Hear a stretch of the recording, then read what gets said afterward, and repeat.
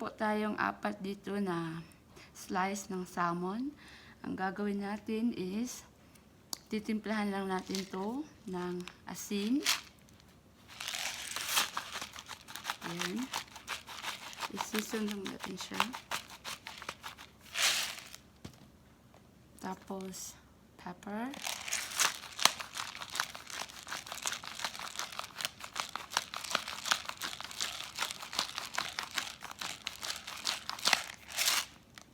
So, after that, i-ano lang natin siya. Ganyan. Para mag-soak in yung asin at yung paminta. So, make sure po na yung salmon nyo is dry po siya. I mean, you pat with a paper towel para hindi po siya basa. Yun po yung secret para mamaya magiging brown po siya. So, I think ready na to para i-fry natin. So, pag mainit na po yung kawali, pwede na natin ilagay yung ating vegetable oil. Ito po ay 2 tablespoon. So, ilagay na natin siya dito.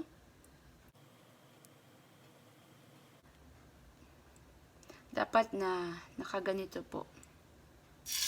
Yan.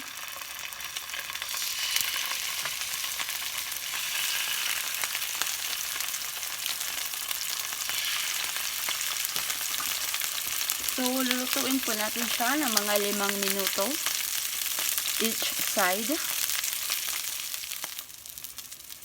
So, after po ng 5 minutes, i-flip lang natin siya.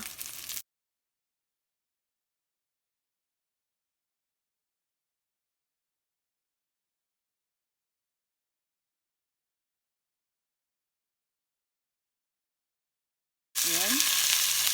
So, lutuin natin yan ng mga 5 to 6 minutes hanggang maging brown siya. So, after 5 minutes guys, kukunin lang natin yung salmon.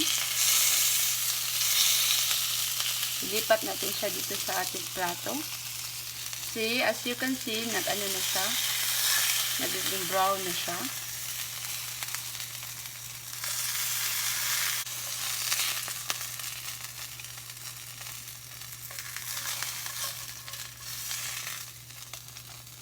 Ayan po. So, gagawin natin susunod is mag-melt lang tayo ng butter.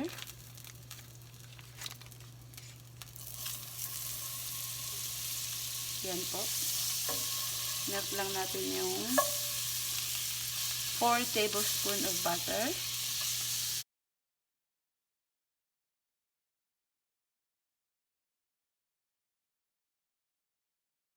Sunod na natin ang ating minced garlic. Ayan. Tapos, squeeze natin ang ating lemon.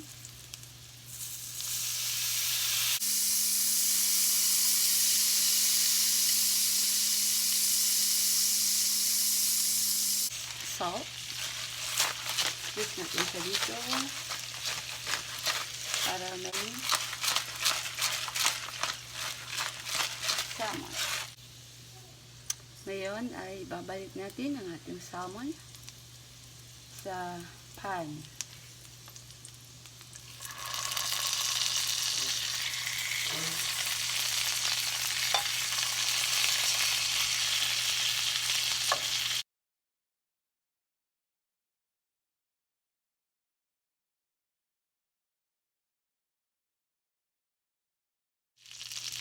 Isisaw natin siya ng parsley para maging masarap siya lalo.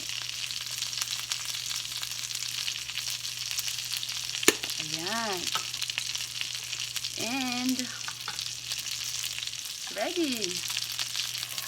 It is ready. Kukunin na natin siya guys. Super sarap. Really good.